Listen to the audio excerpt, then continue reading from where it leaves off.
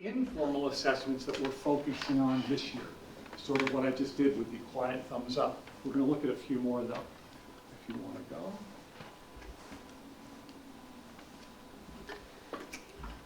All right, what are informal assessments? Intuitive evaluation method, where the teacher assesses all students without measuring their performance against some rubric of metric.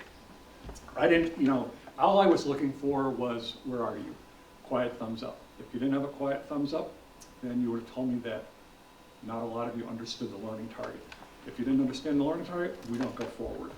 And so, okay, what do we need to do? We need to break that down a little bit more, unpack it a little bit. So here are very common ones.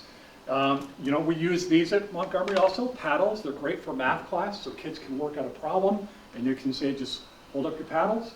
You look around, you see that most of the kids, hopefully all the kids, have the right idea. If you don't, then you've got a little bit of a slight concern, but good teachers will work out of it, would say, oh, we have some friendly controversy here. Who in this room thinks that the answer is right on that paddle, and who thinks then you have to defend it? And it's really a very powerful message, and then you give students who might not have had it right the opportunity to say, would you switch it now? If so, why? And so it turns out to be a real great. And that's also led by, with language like mathematicians make mistakes. You've got to create that, environment for kids to be okay if you're wrong. So mathematicians make mistakes. So would you correct it? Why? Fist to 5. There are some teachers that use this. I don't understand at all. 5, I could teach it. Exit cards. At the end of the lesson. More exit cards are found more in high schools where you pass them out and say, what are some things that and it's really pretty specific. Name 3 things you learned today in class. And they have to drop it off. And the teacher review those and look to see if they got what you were hoping they got that lesson. Okay, and this was the thumbs up. Okay, next one. Engagement is something that obviously is critical. You walk into a classroom, and this is our 3rd grade right here, and you can see she's using popsicle sticks here, which, as you know, you could be called at any time. But it also means you are going to be called. So I was witnessing this, and not one student, and everyone was taking a turn, and not one student was like, oh, me, me, me.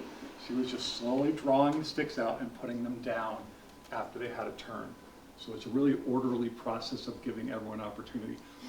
Popsicle sticks and the use of a talking piece are the most equitable student response opportunities we can provide. They're called SROs. How many times do we give students a chance to respond? And what we're all used to is this. And that is the least equitable way in which to assure learning for all. And so I joke around with the new teachers and say, the best thing you could do is never have hand raising. It's so hard, it's so ingrained in us, that's all we were taught growing up. We still do it as adults, we'll throw up our hand. All right, but in teaching, it's ideal if you don't have that, and kids learn the structure and routine of waiting for the popsicle stick to be called. Great, thanks. Ways to increase student engagement. Popsicle sticks, because you might not, you know you're going to be called eventually. Student choice, really critical at all ages. Whatever you can give students a choice on what they want to read, write, study, that is going to be engaging. Close proximity. So look at the students, and this is perhaps a morning meeting, but it's close proximity learning. And that's critical even up to a certain age when they get bigger, adolescents, you don't necessarily want to pack the kids in too tightly for a whole host of reasons. But up until that, close proximity learning is really critical. And then the last one up here, sorry, there's 2, turn and talk. So this is, again, you get kids talking. When you say turn and talk, you teach them that early in the year, so they know that that means physically turning around, knee to knee. It's hard to think about this in COVID, but knee to knee, and they take turns discussing what you would like them to discuss as the teacher. And last one, I'm going to just put a plug in. Budgets are always tricky. Flexible seating, though, is a wonderful thing. And we'll talk a little bit more about that. All right, next one. Establishing structures and routines. Hands down, the most important thing that your teacher can do in the first 4 to 6 weeks of school. Establish the structures and routines. What we're trying here at Montgomery is trying to take a number of structures and routine and make them as school-wide as possible. So, a volume level. It would be, it's wonderful if the librarian who sees one, each grade once a week, but if she knows that she can use this, and you see it on the back, she's got a chart on the back that has the voice levels there, and she sets a little clothespin, a pink clothespin, on what the voice level should be. And so, if all the kids can get used to that. This came from, by the way, Amber Renadette, who visits us on Tuesdays, and it's from another school. I don't know which school it's from, Bakersfield. So anyway, all the teachers have these, but this was a really high-tech one. So the kids probably really like this, and they can probably they'll see what's the level supposed to be. But the more common the language, and the more common the structures and routines in all grades, the more smoothly your school is going to run. Great, thanks. Organizing the physical layout of the class. This is what we were used to. This is really what we need to be doing, and I think most elementary schools are doing this. I would put the plug in for some really cool flexible seating though, stand-up desks, little scoop chairs for reading, all those things. Kids love to be in different positions. My wife's a pediatrician. She talks to you about their what are they all going to suffer from when they get older? They don't have good posture. Scoliosis, but it's really, it increases, stamina in kids that they can work longer. If they've got a little bar on their stand-up desk to fidget, that's great. But here's your common meeting area for close proximity of instruction. Then you release them to the tables. This is where a teacher sits at the U shape, so he or she can then meet with students who may be struggling a little bit. But this is not only colorful, but really laid out well for instruction. Okay. Demonstrating enthusiasm. This is not here. I just loved this video, though. Who would not want to be in this young lady's class?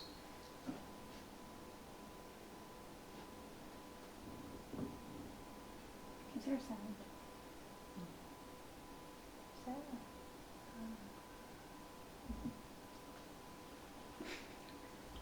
So obviously the students are choosing how they want to be greeted.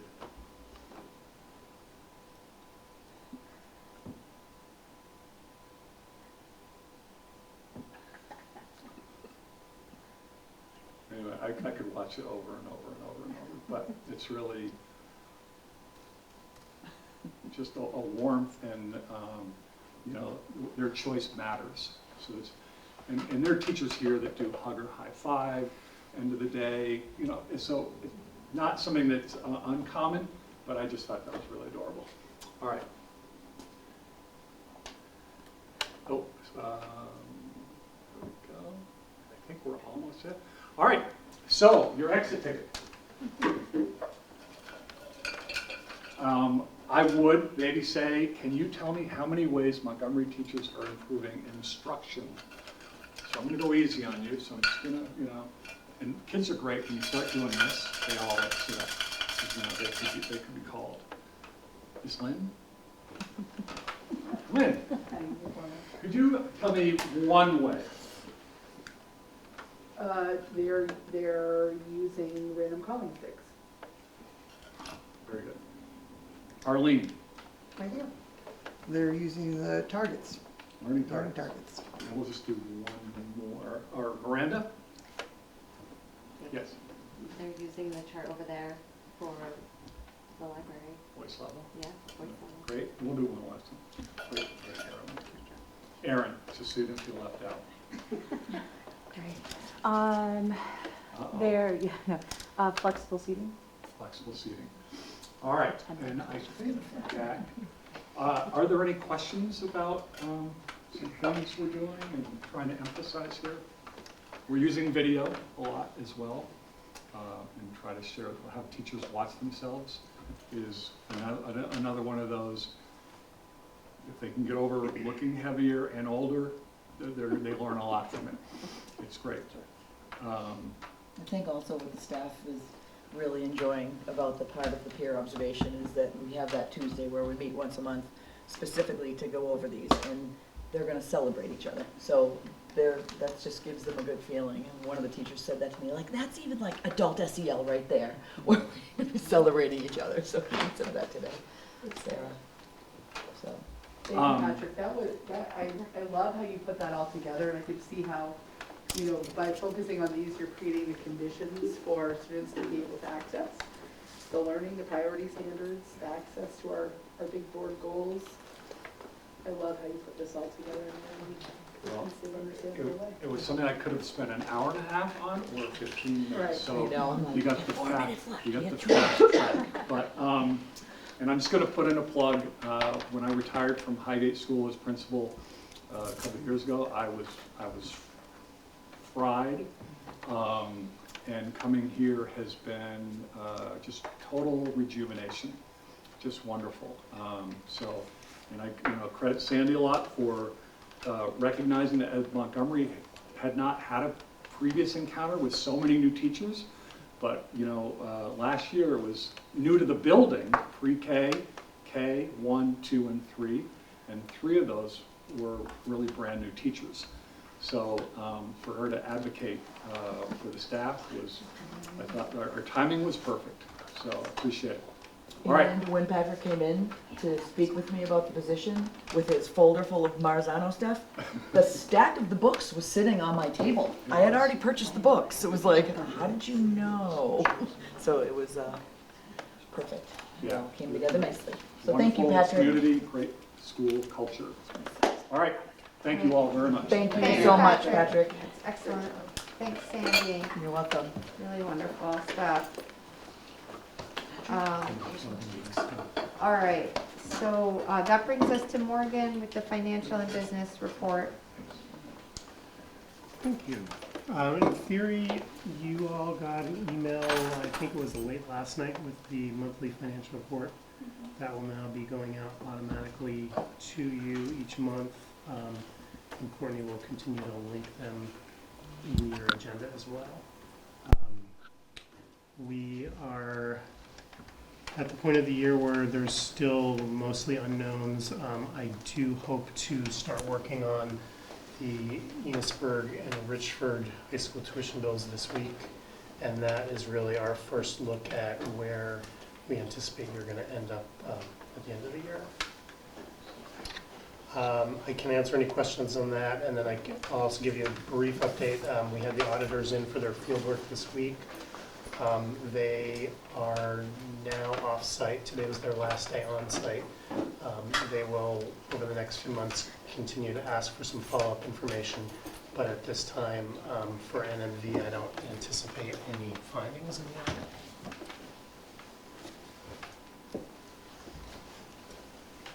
Which is spectacular.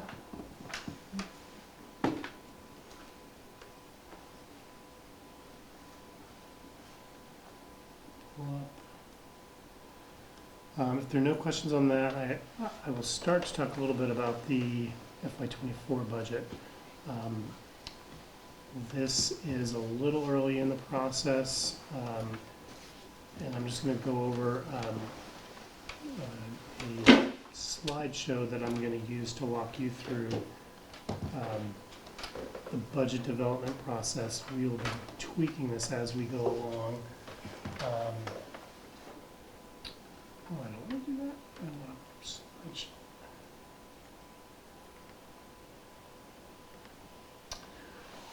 My hope is that this is a useful tool for us as a group as we develop the budget, and then it will be pretty easy to transition this into something that we can use at your annual meeting, which this year hopefully will be in person for the first time in three years maybe. So a quick run through the development schedule. We have to submit our special ed, formerly called the service plan, by October 14th. This is a kind of big picture look at what some of the high cost special ed costs we anticipate will be. We will have our first look at the budget at your November 2nd board meeting. That one will be focused primarily on your personnel costs. We'll bring to you any ideas that we have at that point around changing up the staff that you have in the building. And if I have time, we'll start looking at some of the bigger ticket items like any capital projects that we see coming down the horizon. We may start to be able to flesh out some of the tuition bills if we've received those from Maple Run and some of the private schools. On December 1st, the tax commissioner will drop their proposal for the yield. This is one of the 4 numbers that will create your residential tax rate based on the budget. So this is a number that it's the earliest one we get, and it's the least reliable one. They put out a number. It's often a political statement. The legislature will actually set the final yield sometime in May or June of 2023. Your second board meeting will be December 7th. We'll hopefully have our first look at revenue at that point. And then on December 15th is the date that we'll get our equalized pupils. That's factor number 2 for setting that tax rate. The common level of appraisal comes by the end of December. That is the number that takes that district tax rate and kind of translates it into what it is for each of your 4 towns. Third number for setting the tax rate. And then ideally at your January 4th meeting, we will finalize your budget and sign the warning. The Enosburg-Richford board will finalize their budget after you do. Sometimes we have called a special meeting for later in January so that we can wait for their tuition rates to be set. We will play that by ear. There have also been years in the past where the supervisor union hasn't warned the budget by that point, and that's another big ticket item that we'll want to sort of get in the books before you are agreeing on something to present to voters. And I'll keep bringing this up every month. So the big number for you is your November 2nd meeting. We will start to look at staffing. I've got a few slides to kind of walk you and eventually walk your taxpayers through budget objectives. For this one, I really just pulled the 3 board goals out. We can wordsmith it if folks want. And then one other one that I have added, based on my read of this board over the last 3 years, is that you are continually pushing us to examine and rectify some of the inequities between the schools that are still existing from when we were 4 different districts. This is something that as we go along, if you feel like there's another big idea that's driving the budget development, we can pull it up into this one. Some of the additional considerations, these are kind of a lower elevation look, but they're going to be big movers to your budget. We're still seeing an increase in the number of kids that are coming to us with social emotional needs. What is that going to do in terms of staffing both the SU and in the local districts? The revised weights for equalized pupils will be coming in 2025, so the budget that we are working on next year. But Lynn and I really want you to have that at least in the back of your mind as we prepare for that additional tax capacity that we're going to have with that switch. The COVID funding will expire. ESSER 1 expired a couple of days ago. ESSER 2 will be done in September of this budget that we're working on now, and then ESSER 3 will be done in the following year. So we are keeping an eye on that, and a lot of those positions that have been created and funded through those ESSERs, this board and the SU board is going to have to start making decisions around sustainability, and if that's something we want to move into the local budgets, is that something we want to move into the ongoing federal money that we get through the CFP grants. Act 173 is the change to the special ed funding formula, so moving that from a reimbursement model to a block grant model. We this year have seen the first year benefit of that change, and we anticipate that we will continue to see increased funding for another 2 years under that. We've talked to you about the PCB testing that's going on in schools. They have actually done the testing in Richford Elementary about a week ago. We still do not have results from that. They've done an initial survey at Berkshire. We don't know when the testing will happen there, and Sheldon is also on their list to test. So at some point in this budget process, we may be coming to you with some pretty significant building needs and what that looks like. Bakersfield and Montgomery are the only two schools in the supervisory union that were built late enough to not fall under this. Okay. And do you know yet whether the state will be providing funds to help districts manage remediation costs? There, You want me to take that one? no, I can Okay. put my foot in it just as well. There are funds, there's currently no way to access them, and there's no agreement on how to. So there's a little bit of money that was set aside to be used for emergency funding between now and the start of the next legislative session. Yeah, But there's no procedure established for accessing, so the people who already know can't access it. There are a couple of schools already in this situation. who So know they have a PCB issue. Right. So there's more funding that's been set aside, but my understanding is the legislative body will be looking at that when they go back into session about how they'll be allocating that money. And they'll be figuring out the procedures, I believe, at that time. And is there some sort of threshold, or, I mean, I know with the Burlington High School was a really extreme example, because it was pretty, so thorough that it contaminated that they had to vacate the premises, and it's a tear down.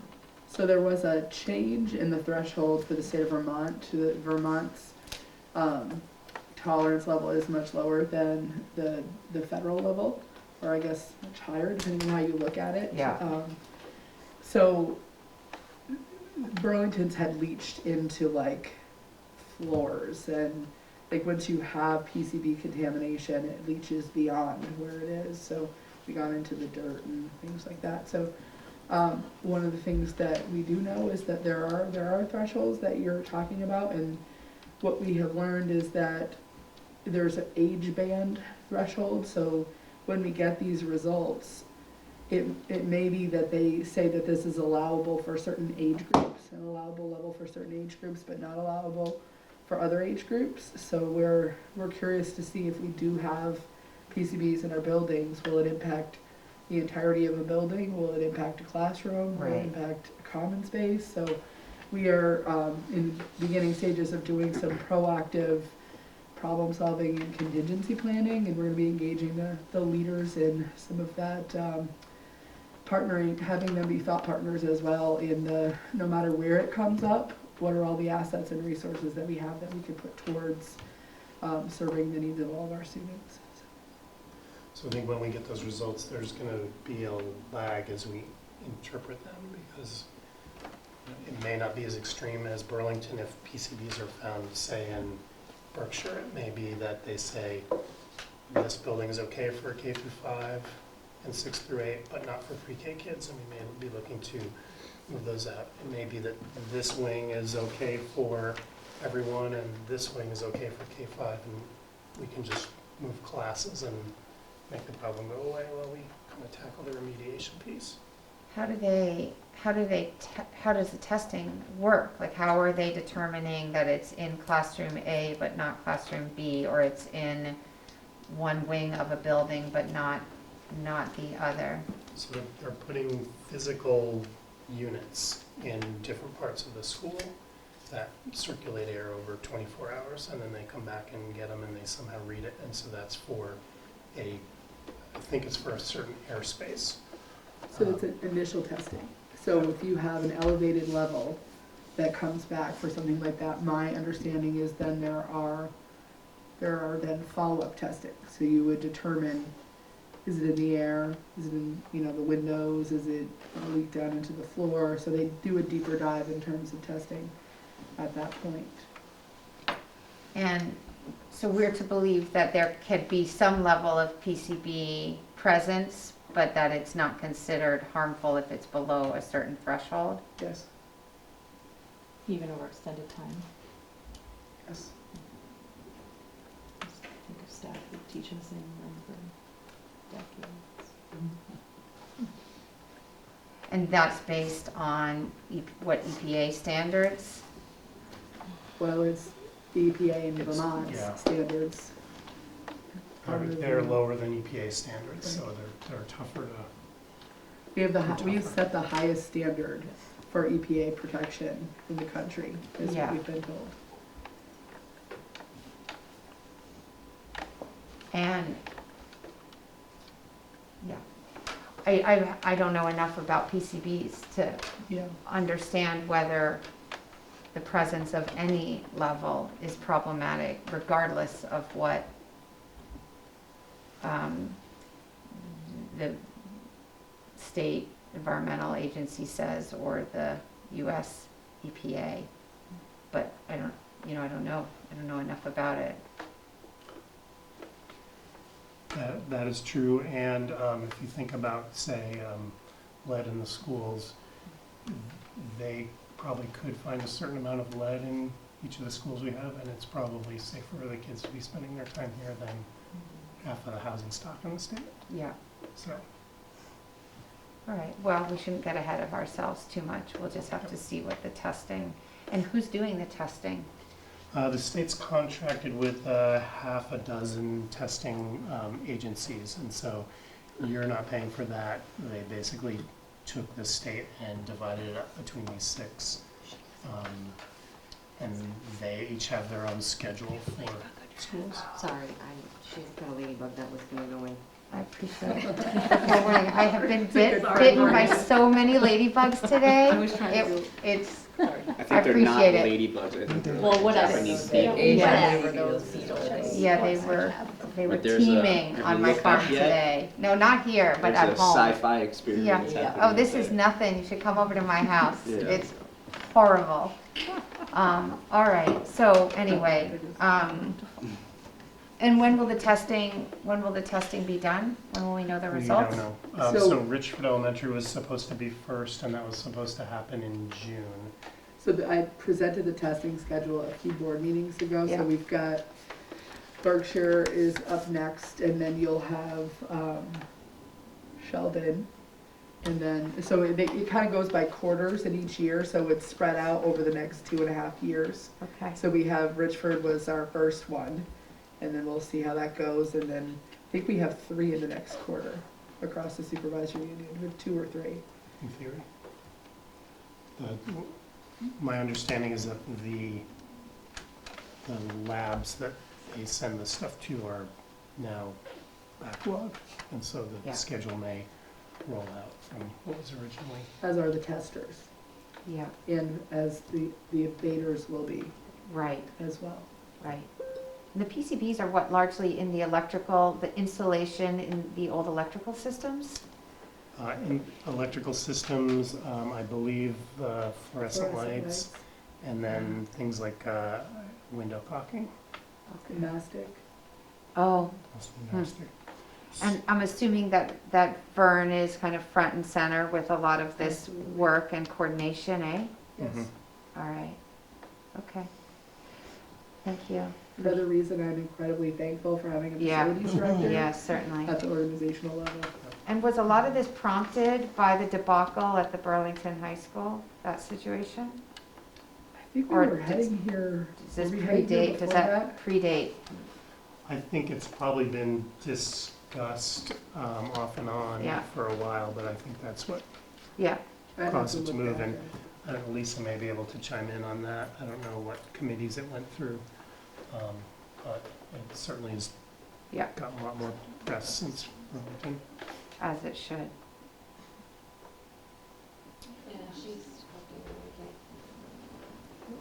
Hold on, Lisa, we can't hear you.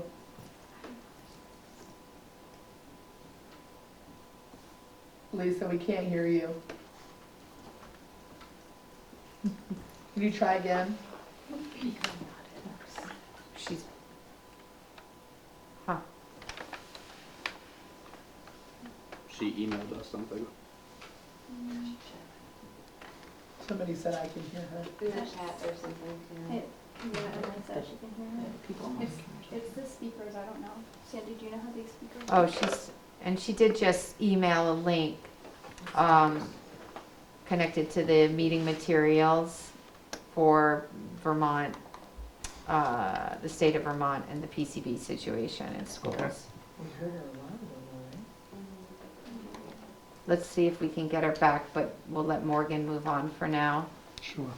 So two other considerations. The Universal Meals Bill, which is live this year, at least for this year, I anticipate it's going to bring in more revenue to the food service program. That was a one-year funding source, and so the legislature is going to come back and decide if they want to continue that, and if so, how they will continue that. And I would assume that there will be pressure that it'll be around how they're going to continue that bill, and so we'll have to make some calls on where we think that's going. And then finally, you guys are getting the first heads up on this. The SU board directed me to offer to roll over the transportation contract with your current transportation provider. They said that they hope it's done next year, but they wanted it to go out to bid, which tells me that they're thinking that they can't do it for the inflationary increase that they could get every year. So we will be assuming that contract's going to go up next year.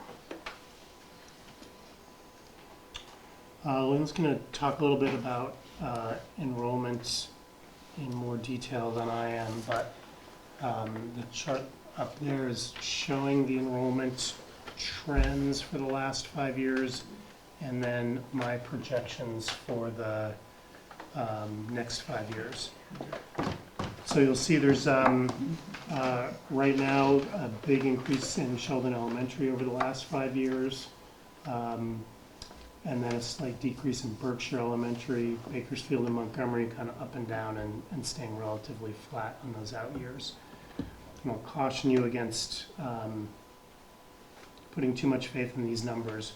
We're really just looking at the kids who are in your building on October 1st and generally what the trends have been over the last 5 years in terms of whether they're going up and down.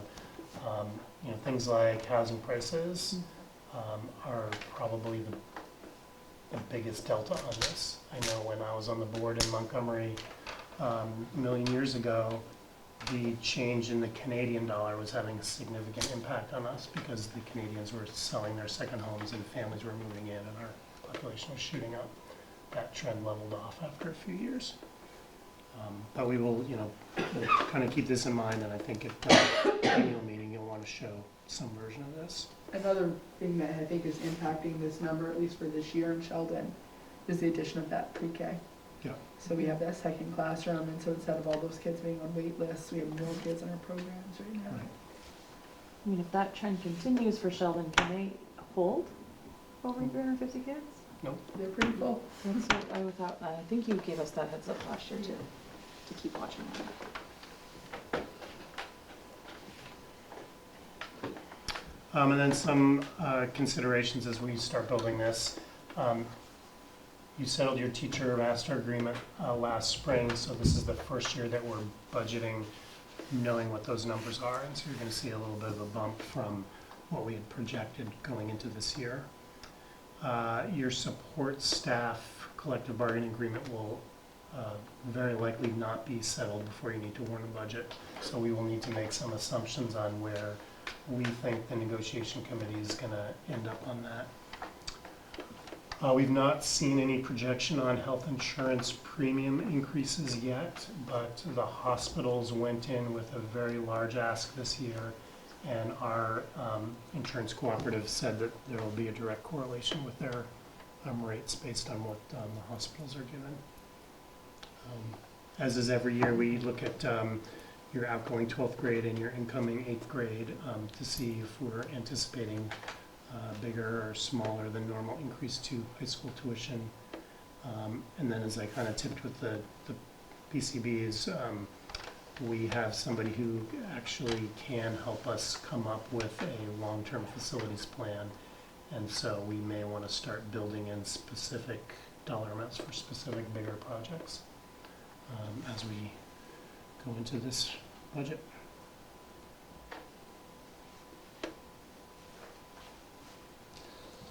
Any questions on the timeline of that?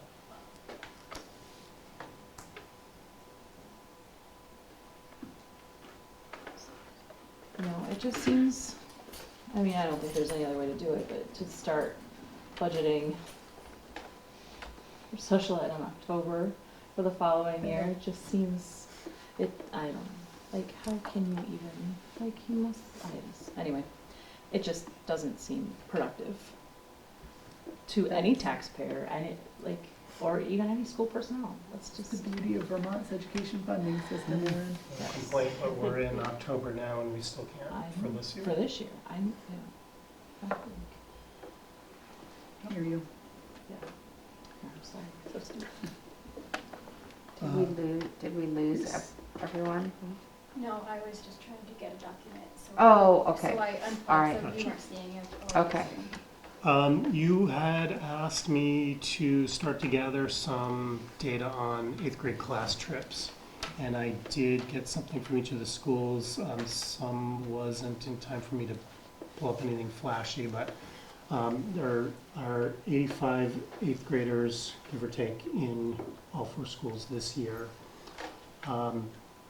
Bakersfield in the recent past, has been doing day trips to Lake George, Burlington, Montreal, Boston, Springfield.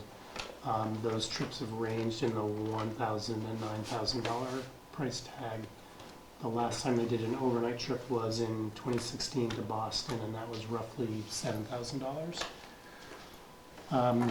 Berkshire has, pre-COVID, has been doing Hold on. overnight trips, roughly in the $7,000 to $10,000 range. What were you trying to say, Courtney? I'm sorry, Lisa was trying to draw, but it's, nothing's, besides the curtains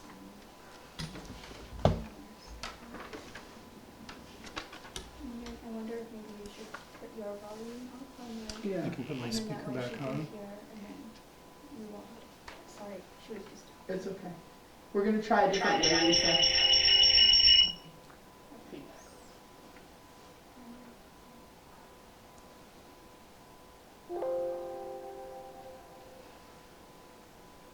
Okay, try again, myself.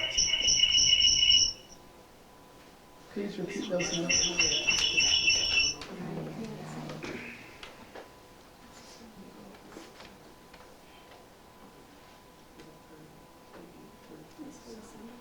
So she want you to repeat the numbers. I'd be happy to repeat the numbers. So Bakersfield, again, it was in the $1,000 to $9,000 range for day trips. The last overnight trip they took was $7,000. And these are all roughly similar. Berkshire, most recently 2-day trips in the $7,000 to $10,000 range. That was 25 to 29 kids and 12 adults on each of those. Montgomery's been doing day trips since COVID. The last time they went to DC was in 2019. It was roughly $1,000 per kid. And they have a quote for something similar for this year that's higher. It's in the $1,000 to $2,000 range. Per person? Per person. And Sandy's gone, so she can't correct me. The trip that Sheldon took last year was around $6,500, 24 kids, 9 adults, and in that case, they didn't have a bus cost because the parents drove.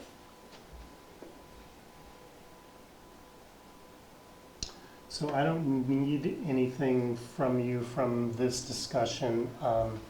If there's more information you want, you could certainly reach out to me, or reach out to the principals, or reach out to the principals through me, and we'll try to get that.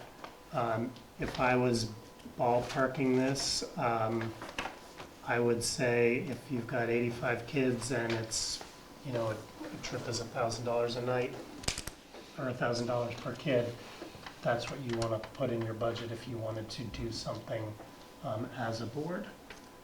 I did not really get to collect any specific fundraising information. Generally, these I have checked with been Ginger, and she fundraised. confirmed that we have fully fundraised. Adults have to pay. The bus is already paid for, and we would, if we ever had to, limit the number of chaperones based on the amount of space on the bus, but we typically have enough room for those adults to get on, so we're not going to charge them for something we've already paid for. Adults have to pay for their own meals and whatever festivities that the children are engaging in. And that's the same, what has been the same for us.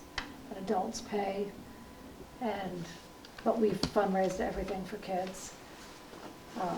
It's been over the course, though, of 2 to 3 years, because they started in like 6th grade, that fundraising. And that doesn't include staff members who are chaperones, right? Correct. They are part of the, They're part of the covered. yes. Yeah, they're Yes. covered. And they're pretty hard to find when you ask if I they was want to be gonna with a say, middle yeah, schooler in June For 2 days, overnight. yeah. So in general, does it seem as though most kids and their families are able to do the fundraising to come up with the money needed for the 8th grade trip in general? Like, and have you ever had a family come and say this presents a real hardship and we, for whatever set of circumstances, we can't fundraise and we can't pay for it out of pocket?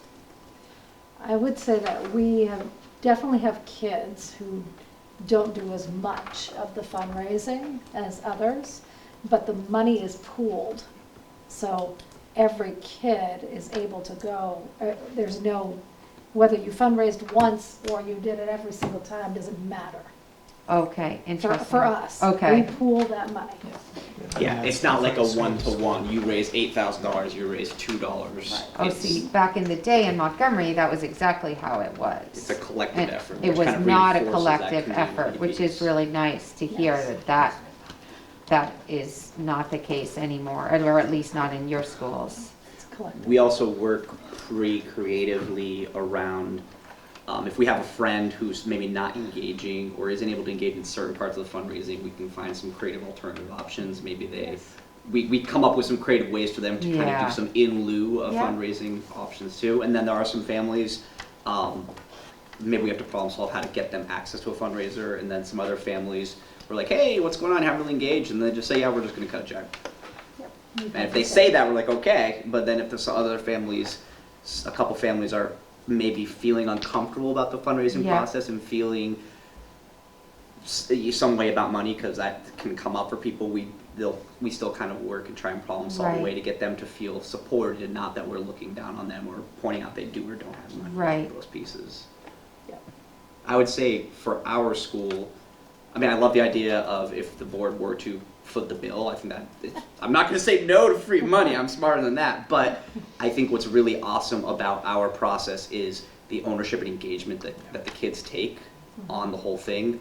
And it's a historical thing that's gone back 2 predecessors before you probably. Yeah, at least. Yeah, and some things like the Haunted Forest had, so I've got kids that are super excited trying to start meeting with me about planning for different fundraisers. So that's the kind of thing I'm like, even if I got the money, I don't think I'd tell them, because I think the carrot of the fundraising and the ownership is really powerful. So I don't know how I would suss out if I were to get the money, because I think the kids really take a lot of ownership and they do some pretty amazing things because of how serious they take the opportunity. Yeah. Tied to that, and I know this is part of the conversation, is it's their trip. And I know we had that conversation last week about like, well, if it's going to be paid, it needs to be educational, and we usually weave in some educational stuff, but we know how a teenager works, and if they don't want the thing, if they don't have ownership for the thing, then they're not going to try as hard or care as much about it. So that's where, if you looked at some of our itineraries, I'm not going to pretend that it's robust education, but I am going to acknowledge all of the work that went into it definitely counts as education. Certainly. And I would echo that. That was part of my concern with that conversation last week, or last time that we met, because I feel like our kids have really taken ownership of that fundraising, and they choose the trip together as a collective, and Yeah. that's part of the whole thing. 100%. I think one of the things that I see differences in fundraising is a lot of your fundraising, specifically in Berkshire, is about like services or opportunities. So you put on things for the community to come out to, or you offer something that people would typically buy anyway, like a holiday pie or something like that. It isn't like the Tom Watt boxes and things like that. So if I had to make a recommendation, yeah, it ages me. But if I had to make a recommendation about to continue to fundraise, can we look at this as an opportunity that we are providing a service, something that adds value, is an opportunity for a family, or it's not that you're asking them to buy things. Mary brought up a really good point that some people don't have family in the area that they can go and, you know, we look at this magazine and purchase something. Or That's just bleeding super from the same valuable. rock. Right, There's exactly. Yeah, Right. there's also been people that say, you know, I'd rather give you a check for $10 than spend $10 on that wrapping paper, and only half of that goes to the Right. student and the other half goes to the company. Right. Right. So, I think that stuff needs to go away. I also wonder if, since it seems like the fundraising can be a really important way to kind of engage the students and the families and the community and kind of build the excitement and the hype for what's coming. And rather than, I mean, this would be a heavy lift financially for an average of 85 students at $1,000 per, but I'm wondering whether the board could set aside a chunk of money, and I don't know how much, for the families, or to, you know, to supplement if fundraising efforts fall short, to supplement for a family that otherwise can't go, just so there's some sort of net there to make sure that it's totally inclusive. It doesn't matter whether you put in $10 or $100 or $1,000, you're still going to get to go on the trip if budgets start kind of falling short of, and they exceed the fundraising that has, I mean, you guys seem like you're all set, which is great. Well, we'll see how But- inflation works out, but But in the instance that you're not, if there was some fallback in the budget, the same way that we budget for the K through 7 field trips, that there was a little bit of funding to draw on if fundraising efforts fall short. And I don't know how we would land on what that dollar amount is. And I hear you about, you know, the piece. I mean, I think that I'm not going to be the arbiter of what's educational or not. And I think it can come in so many ways and shapes and forms. And so far be it for me to say that a particular experience isn't educational, even if it falls outside of the confines of, you know, going to a museum or something like that, because there's a lot of learning and education that happens in all sorts of subtle ways, in all sorts of varied experiences. This did bring up a bigger discussion at our central office. We were talking about the field trips, and Lisa brought up a good point at the last meeting about bringing our students to visit the Capitol and in Montpelier. And so we were talking about, you know, it would be interesting to play the what if game. What if we did have extra money for educational opportunities for students, and not thinking about it just as an 8th grade culminating trip, but thinking about it as, what if we were investing more in those opportunities, so by the time students left us, maybe every 4th grader, because it connects to the C3 standards in 4th grade, could go visit the State House in Montpelier. And what if every class got to experience the Flynn each year? And, you know, what if, you know, where it connects to the science units, that grade level gets to go down to the Science Museum in Montshire Yeah, Museum, Montshire yeah. Museum or Echo. Like, there are some curriculum connections that really line up and make perfect sense throughout that continuum. So right now you have what you put in your budget funds that one opportunity at the end of the year, but there's no other funding in there when those other opportunities come up. So we could put together a group of maybe teachers and leaders and maybe some students to come up with what are some of the connections and the places, and what would that cost us if we were to provide some additional fundraising. But it's something we could explore, and it could be for next year, it could be beyond that, but something to think about. Yeah. I know the Flint offers grants as well for Yeah. field trips, so. We did the Flynn one year, the whole school, and it was hard even though to get it in because of the travel time. Yeah. And we were stressed getting back on time, so it's kind of stressful to try to cram that in. I think it depends though on what time your Experience, show right? starts and. Oh, true, and I mean, there were a lot of variables, but it was stressful. Just trying to pack it into the day. But maybe we could extend the day, maybe have it later.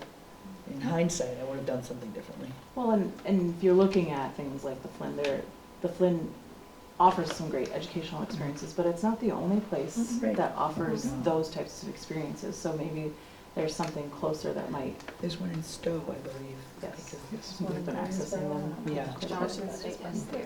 Yeah, so, I mean, it's a nice trip, but it does make it, it's hard. It was, Well, so maybe when we move into budget development, we can just keep this in mind of what this might look like to have a line item for field trips, including some surplus for the 8th grade end of the year trip in those instances when fundraising may fall short.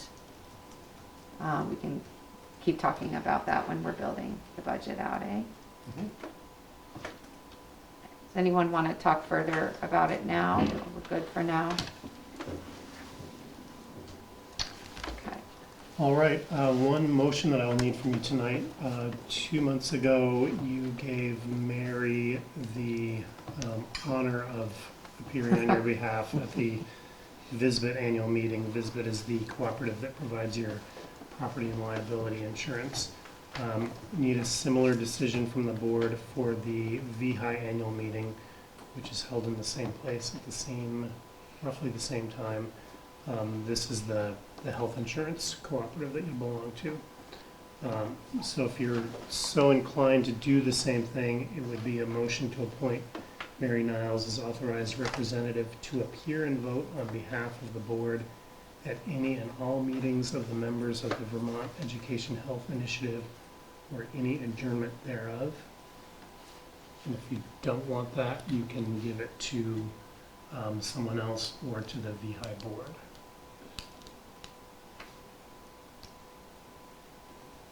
Are you going? I'll make the motion. Okay, yeah. That was Okay. Jesus. Can you hear you? Oh, nice, all right. By roll, Emily, Aye. Lisa, Aye. John, Aye. Miranda, Aye. Erin, Aye. Arlene, Aye. and Mary is an aye. The last thing that I have for you under other, I think I just need direction or give you the opportunity to veto our direction. We asked for bids to plow at Bakersfield School this year. We sent it out to 10 different providers. We had 3 bids back by the deadline. Rhoda received a bid about a day and a half later. The low bid of the bids that we received was for Combs. Steve Combs is the provider. He had done the Richford schools at one point and does the 2 Notch centers. He was the apparent low bidder of the 3. Vern did some reference checks on him and those came out okay. The bid that we received after the date was a little bit lower, but it was not complete, didn't include everything that we had asked for. And so my recommendation to you is that you direct Rhoda and I to contract with Combs for next year. And then I'll certainly put this other provider who we hadn't heard of before on the bid list for either district as we go out in future years. Did anybody reach out to the town, just out of curiosity, because we did talk about that at the last meeting, I to did. see if they were interested? I did email it to the town as well. And they were not interested. They did not submit a bid. Okay. And this is a different person from who? This is a different who's person. Your been doing current, it? current plow guy or last year plow guy did not submit a bid. Oh. All right. And you need a motion on this? Just need direction, or that's the direction that we're gonna go. If anyone Okay. has any objection, it would be nice to know that. All right. Any objections for Morgan and Rhoda to move forward with this person? All right. Sounds like And you're good. unless you have questions, that's all that I have. I just have a question for Rhoda on that. When they plow, are they gonna stick to what is the paved area now? I believe that that is the plan. Because if they start on that dirt, they're gonna tear up that Yes, pavement. so Vern is very aware of that, and Yeah, good. I hope we have a good conversation with this person. Yeah. I wondered where they were gonna store the Temporary snow. fence, Yeah, Yeah, Is it significantly smaller now? it is. or maybe I that's a mean, good place to they store may it. have to store it over there, On the but they're dirt, gonna right? have to be careful about the lip of that, yeah. where that pavement goes off. All right, great. Sounds like you're good to go with that. Perfect. And anything else, Morgan? No? Okay. So that brings us to Lynn. Can you project for me, Morgan? I can project. Okay, That's what I was getting earlier. that's what you were doing back there? Okay. No, I'm plugged in because I'm a member. What? I'm plugged in. She had to plug it in. All right, I'm gonna start off with personnel under mine. It's been a slow month. We had that frenzy in the beginning of the year. Sheldon has been able to hire a paraeducator. We still do have some open positions. Bakersfield grade 2, math and literacy interventionist, paraeducator. Berkshire paraeducator, Sheldon grade 5 teacher, paraeducator, and I think you're good on custodian now. Yes. So that's where we're at with our personnel report for this month. So it's feeling a little better, a little less urgent than it was before. We're still really looking for classroom teachers. So if there are people out there that are, finishing a degree for December grads, it would be great if they would consider FNESU. So under student this time, I have the October 1st enrollment numbers that I'm going to talk through a little bit, and I'm also going to talk about the class size report. So I can share this with you after if you'd like to look more deeply. You can see in the links, each of the individual schools' class size reports are linked there for class size. So we'll go to the next slide, Courtney. We'll start with the enrollment numbers. So this was interesting to me as I was going through this. I got a report that was for the whole of the SU. So I teased it apart so that you could take a look specifically at NMV. So you could see that I asked Morgan to go back to October 19 because that was pre-pandemic. So we know when the pandemic hit, some of our students, quite a few students, went virtual. So I wanted to see what was our total number in NMV in October 2019, and it was 785. And in that year when we came back, we dipped down to 734. This year, last year, we went up to 776, and this year we're up another 37 students. So it puts us now above in NMV where we were in 2019. So we're above pre-pandemic levels. As an overall, in the SU, pre-pandemic, we were 1902, and now overall in the SU, we're at 1880. So we're down 3 from last year overall in the SU, but in NMV specifically, we're up 37. The majority of that is in Sheldon, in NMV. Montgomery also has, Sheldon has plus 20, Montgomery has plus 12, Bakersfield has plus 9, and Berkshire has minus 4. So you're seeing growth in all of those, and I think some of those are our kids coming back from either homeschool or virtual learning, and then some new families as well. So the numbers are looking better. How do we account for the number, like where does like a kiddo who's in my school region but is going to Montgomery, where do they show up in those numbers? Do they show up in School Montgomery's choice people, numbers? you counted The numbers, elementary school honestly. choice. Yeah, because I didn't answer don't, that. I mean, I feel like I have -4 is the net, but it's not -4 humans or families into my school district. I think we have a handful of friends who are in a couple different schools. I believe that they are counted in the school that they're physically present in. Right. So that's interesting too. I don't know, that might be a third column that's worth kind of keeping track of, is how many each of these schools has received from some of the other Yeah. schools. We have that in the other report that I give them in terms of the movements, the elementary school choice annual reports. Yeah. I hadn't really thought about that, Lenny, in terms of the enrollment numbers. Any questions on that particular report? Okay, so it's great to see the numbers up, which is, it's good news for us. And it also means your numbers are gonna go up when it comes to future high school tuition as well. So it's good to just keep your eye on that. And as Aaron pointed out, it's kind of a crazy time to be talking about the budget that'll be in effect 18 months from now. But this is why we look at this data when we look at it. We've probably mentioned it, I think we mentioned this back in the small Berkshire board, but I'm curious if there was a way to have, businessmen are allowed to do, or businesswomen, business people are allowed to do whatever they need to do, but it'd be interesting to see if we could have some heads up on potential developments, like, hey, we're gonna, in 2 years, or in 1 year, in 4 years, we're building 3 houses here, 4 houses here, 1 house here, because that can give us a little sense too. I know a few of the families, which is why I see the -4, and I know that's not my true number, but I know that I've inherited a few families that are into new buildings.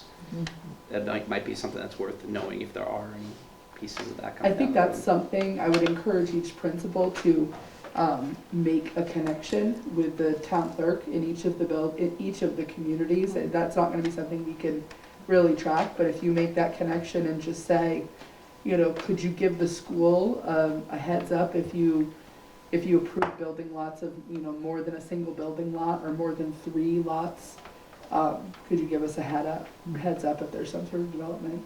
I know we were kind of there when we were up in Berkshire at one point. We were up in the 220, 230 range, and we were starting to panic a little bit about some of the development that was happening, and we did go to the select board and had those very conversations. So I'd encourage you all to kind of put that out, because you're right, if somebody is going to approve a 20 unit condominium thing, it's going to fail, and it's probably going to be families. Yeah.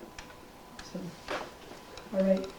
So next up is the class size report. So each October, by policy, I need to bring this report to you. So each building principal has to take a look at their ratio, the class size they have at each grade cluster.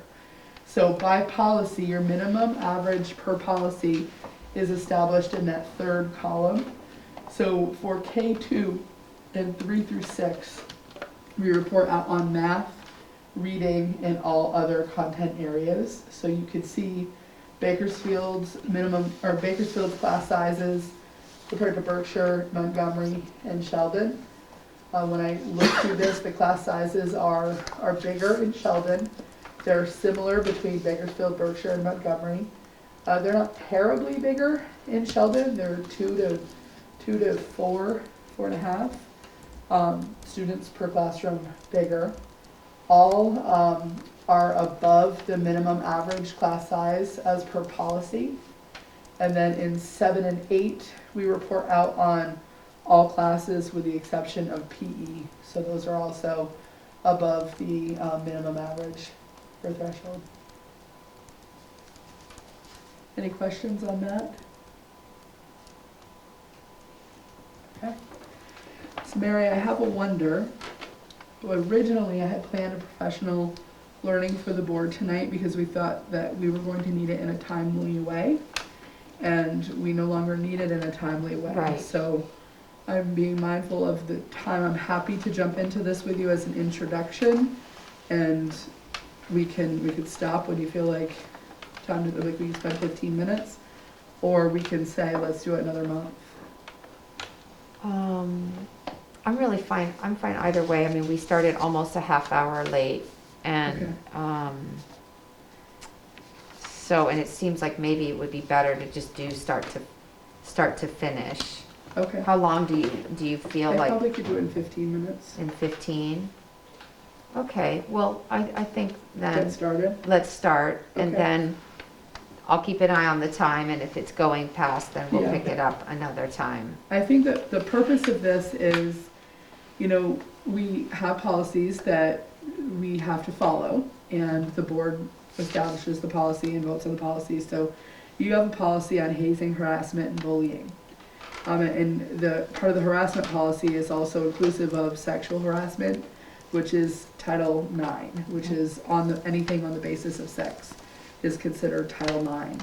So the school board has certain responsibilities in terms of this policy, and it's very complex. It was complex pre-Title IX, pre some of the changes that happened at the federal level about 4 or 5 years ago, and it is 100 times more complex now, and I'm really not exaggerating the complexity of it. So as a result of that, the Vermont School Board's Insurance Trust, Vsba, recognized that this is really complex and hard for schools to navigate because there's so many legal obligations to this. They created toolkits. So what I'm going to introduce you today is the Vsba toolkit for school boards. So it's about your essential work when it comes to hazing, harassment, bullying, and Title IX. So I just wanted to start quickly with just some overall definitions, and I'm going to go kind of fast through this part, and if you need to stop me, just let me know. So I just want to, I'm not going to read all of it to you, but I'm going to read the first part and then have you read the last part. So in terms of the definition of bullying, it's any overt act or combination of acts, including an act conducted by electronic means directed against a student by another student or a group of students, which, and these have to be in place, is repeated over time, is intended to ridicule, humiliate, or intimidate the student, and occurs during the school day, on property, bus, activity, or before and after the school day, school-sponsored event.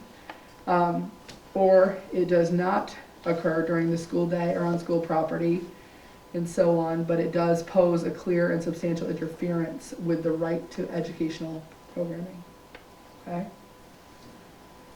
Next is harassment, and this is incidents of verbal, written, visual, or physical conduct, including incidents conducted by electronic means, based on or motivated by students, and these are the protected categories. So it's either the student or the student's family members, actual or perceived, and there's a whole list there.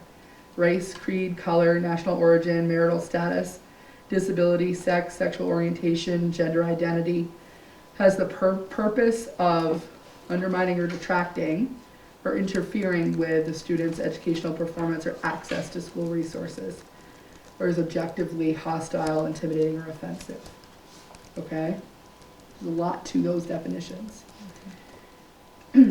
Title IX is really about the sexual harassment piece. It's about any kind of unwelcome conduct that's of a sexual nature, or includes, it could include assault, advances, requests for favors, verbal, written, visual, physical, anything that is sexual in nature on the basis of sex. I'll just let you read through that.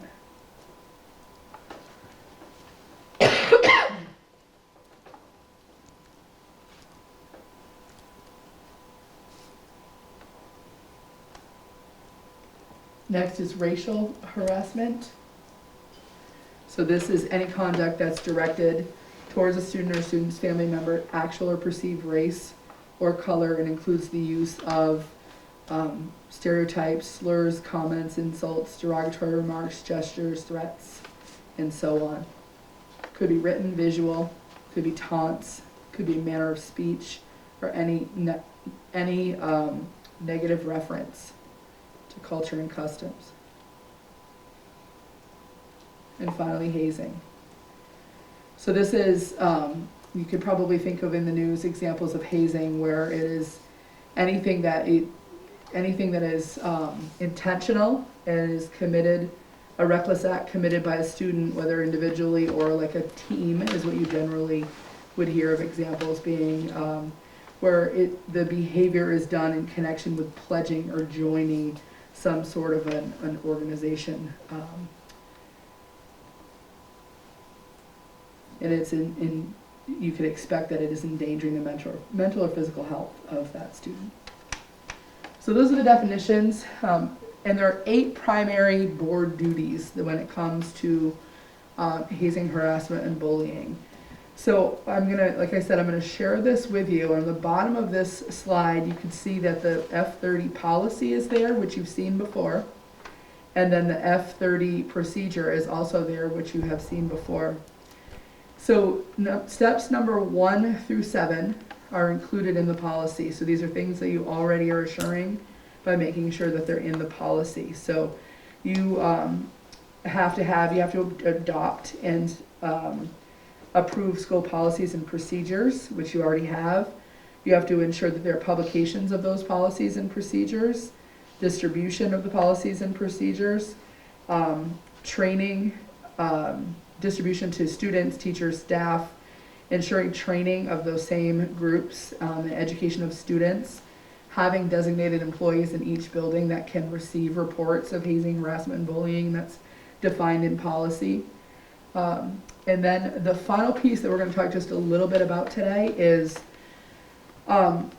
you have a responsibility. So as leaders, they have to do investigations for hazing, harassment, and bullying. And if their finding is something that either the victim or the accused perpetrator wishes to appeal, or their parent wishes to appeal, that appeal does not go to me, that appeal goes directly to the board. And I'm going to click in on the next slide. I won't go into the policies because you've seen those before, but on the next slide, you jump into that toolkit there, Courtney. Yeah. So the Vsba has done a really great job because they have, I brought you just to the school board toolkit, but on the page before this, on their site, they actually have principal toolkit, a superintendent toolkit, a school board's toolkit, a teacher and staff toolkit. It's very helpful. So jump into that school board toolkit.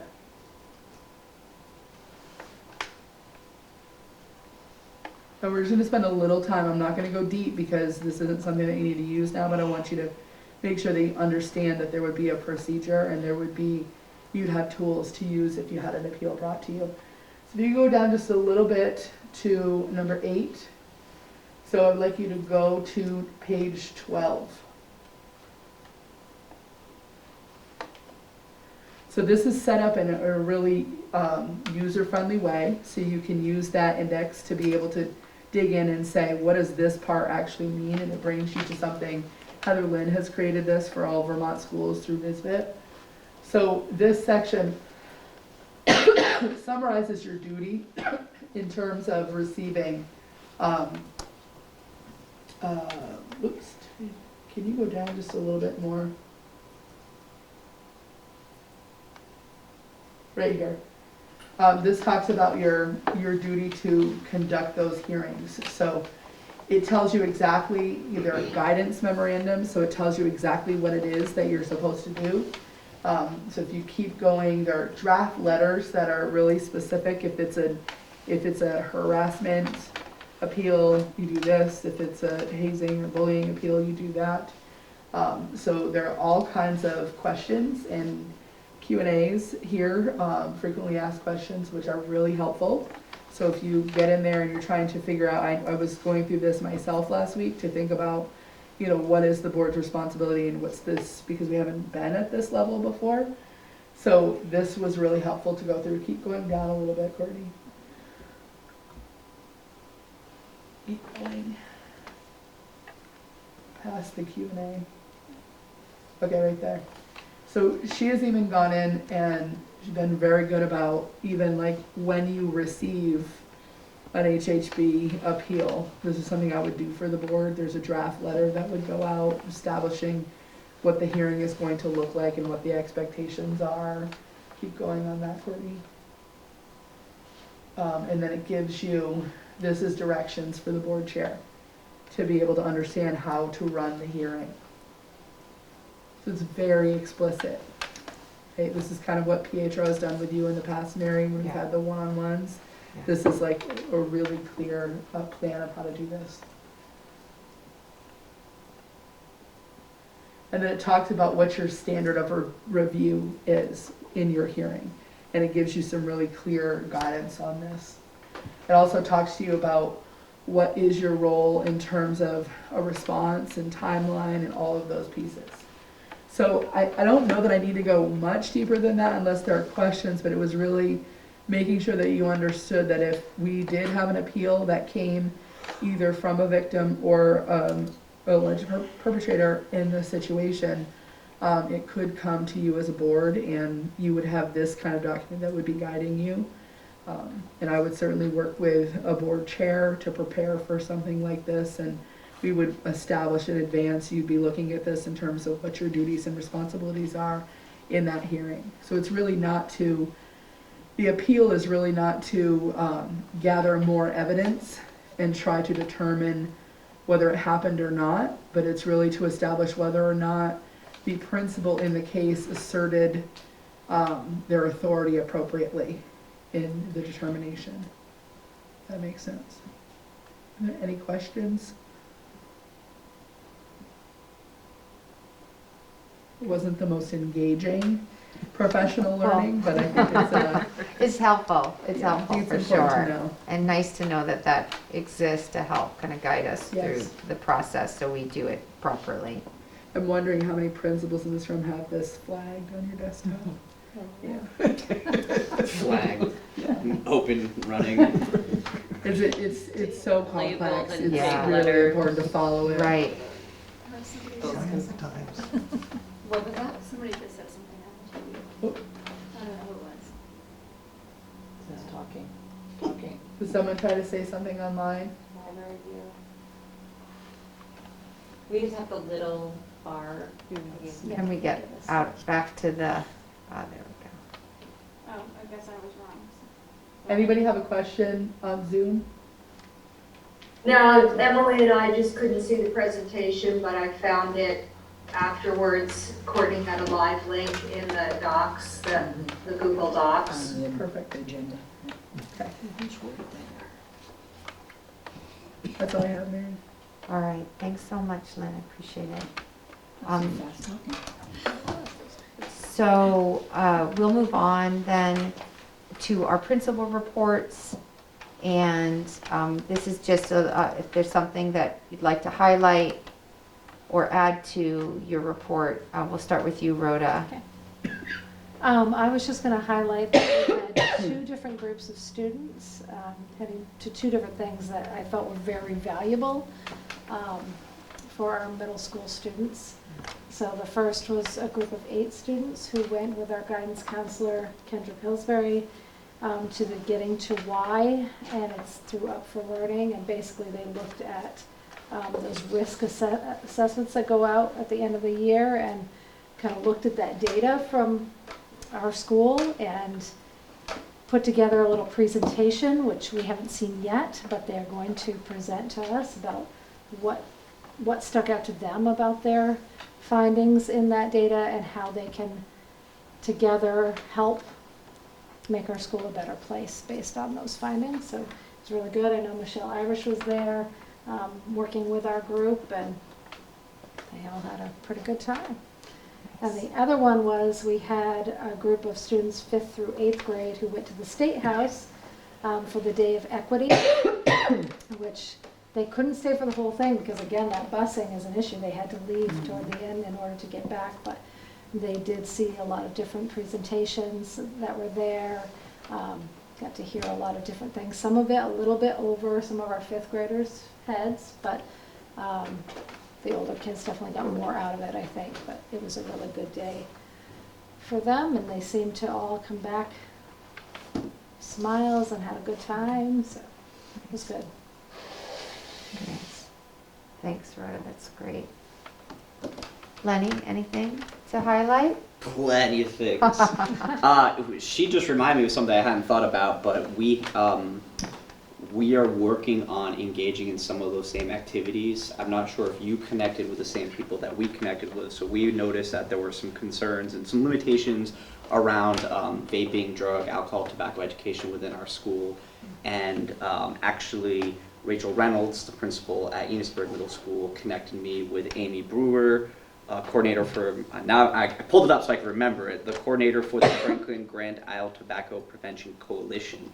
And so we met with her and I forget the other lady's name, it's Crystal something. Either way, the two of them, and we had a really in-depth conversation with our behavior support team representatives to discuss what resources are available. And they had a zillion different types of resources at us, which was really exciting. There's going to be some universal education that they're going to facilitate, and then they talked a lot about the Getting to Why and a couple other processes that we could engage in to get kids kind of taking ownership of how to make the school their place and make their school a safe space. That's thing one. Thing two, with the onboarding of the school-based behavior consultant, she started actually, I said October 3rd in the notes, she ended up able to start a little earlier, and through the collaboration with her supervisor, Amy Irish, and other representatives at NCSS, we're developing plans to do some further education professional development with our staff. We realize that we've had a pretty aggressive amount of staff turnover over the last few years. Forgive me if you've heard that statement before, but this time it's related to some further understanding of trauma and also further understanding of our own personal cultures and how that impacts how we receive and perceive behaviors from others who are coming from backgrounds that are different from ours. And we recognize that we have a lot of not just new teachers, but teachers who are really at, no education at all around being educators. And so we're going to dig deeply into some things that we've covered at the SU in different places, but we're going to engage in some education. One of the programs they're going to do is called Bridges Out of Poverty. I think it's called something else now, but it really does some deep conversations around understanding your values and understanding how you respond when your values are challenged based on the behavior of your students and how that impacts how you might be responding to those students. And then there's going to be some layered training after that about how to better respond to aberrant student behavior. So I'm pretty excited for that. Is this the trauma-informed classroom stuff with Dave Mellett? In the same vein, yeah. And we've done some of that, but we were thinking about, that was pre-COVID the last time we kind of really engaged in that, and many of our teachers from that time are no longer in the building or in the profession. Yeah, exactly. Yeah. Great, thanks Lenny, that's great. That's such good work. Sandy, anything that I know you did your spotlight, anything else that you'd like to highlight? I in the also report? would like to just speak about, I went along on last Friday on the field trip to Montpelier to the State House for the Day of Racial Equity. And we took all our middle school students, grades 6, 7, and 8, and 5 adults. And I felt like a proud parent. It was just a great experience. It was a beautiful day, but realizing our students don't go there and have those types of experiences. And the speakers were wonderful, and the kids were attentive, and they were on their best behavior. We had them in groups, and they could go off on their own, and then there were check-in times with each adult, and they were spectacular. So I put it on our Montgomery Facebook page. I don't know if anyone's connected to that, but I did see that photo in one of your slides. Yeah, so awesome. we had an amazing day, and they got back at 2 minutes before dismissal. So we're like, yes. So it was an amazing day. Yeah, brings tears to my eyes. Awesome, thanks Sandy, that's wonderful. Jessica, anything to highlight from your report? So we are bringing back some of the pre-COVID activities. We now have our middle school student council back, which the kids are excited about. Our middle school social studies teacher, Ed Konlowski, is leading that. We had our first bear celebration, our pause rewards for PBAS, where the kids did a scavenger hunt, and we have that beautiful town forest, so they had to find the bear mascot in the woods and get a selfie with him, which was wonderful. I've been able to get our school-wide newsletter out on the web and an email and on Facebook, and feedback from that has been very positive. Staff are loving how easy it is to contribute. And then one health and safety thing I did want to put in here, a parent emailed me about rainbow fentanyl on the news, very concerned. There's a link I put in my board report to the article on WCAX. After seeing what they look like little Smarties. Like, I was shocked at how much it looks like candy. So with the holidays coming up, with Halloween, I would say either really closely watch what kids are bringing in for candy, or maybe avoid candy at all in the schools, because they do look like Smarties, and it's scary how much it looks like it. Great opportunity for an educational piece to students and to parents. Yeah, our school nurse was able to go through all of our safety procedures, the DITEP training and everything, so we are very well prepared for something like that, but it is certainly something to be aware of. Do our nurses have Narcan on hand? Ours do. I'm just emailing the nurse lead right now because we're meeting on Friday. to Yeah. see what's up with this. Even in the K through 8 schools, there's Narcan on hand. I believe it's in all. If it's not, it should be. Yeah, we had this conversation last year, I'll double check. And I don't think someone would deliberately try to poison a kid on Halloween, but you never know what others can bring into a household. Yes. Right. Oh, heck yeah. That's scary. Other than that, there were some concerns over our parking lot and traffic backing up on Run of 5. I've been outside observing that. There haven't been challenges because we've been able to keep traffic moving forward and into the lower parking lot, and we've had the addition of leaps starting. But the first couple of weeks, it was very easy for it to back up. Vern and I walked the grounds looking at some potential permanent solutions, so he's looking into that. We're also talking with the town of Sheldon to see if there's a partnership that could be had between the town and the school to come up with a more permanent solution. It is not super safe. It is, the road Yeah. goes right through the parking lot, and it is there's a lot of cars there. Yeah. And a lot of kids walking from one side to the other, Right. parents, Right. grandparents. Okay. I just drove it for a week to Yeah. get my granddaughter Oh, sure. at daycare, and I got to experience it at both ends Yeah. of the day. So that may need some, Yeah. some Needs some work. attention. Yeah, okay. There was an assessment done years ago, right before we merged. Cross Consulting did it, and they gave us 3 different options of how we could potentially move a town road and make adaptations to the parking lot to make it safer for all. At the time, I believe we had to go with like the lesser expensive option, not moving the town road, due to the town not being able at that point in time to get on board and financially commit to the moving of the road. But I believe that has changed, as I understand from our select board. So those discussions are being had within the select board, and I went and got a whole bunch of old information. I reached out to the contact I had at Cross, who forwarded me the plans. I got them all to Vern. Any email correspondence that we had with our old district and with Cross, I forwarded those to Vern. So hopefully, with some more conversation, our select board, as I understand, we're pretty on board for having this conversation and being creative and keeping our community safe. I know Chris Comstock did go to a select board meeting. He's sort of in charge of our safety. Okay. And they are putting together a proposal for whenever their next meeting is, I believe, don't quote me, I'm not 100% sure, to at least get signs up that it's a school zone, because there aren't any on Poor Farm Road. There are on 105, but not on Poor Farm.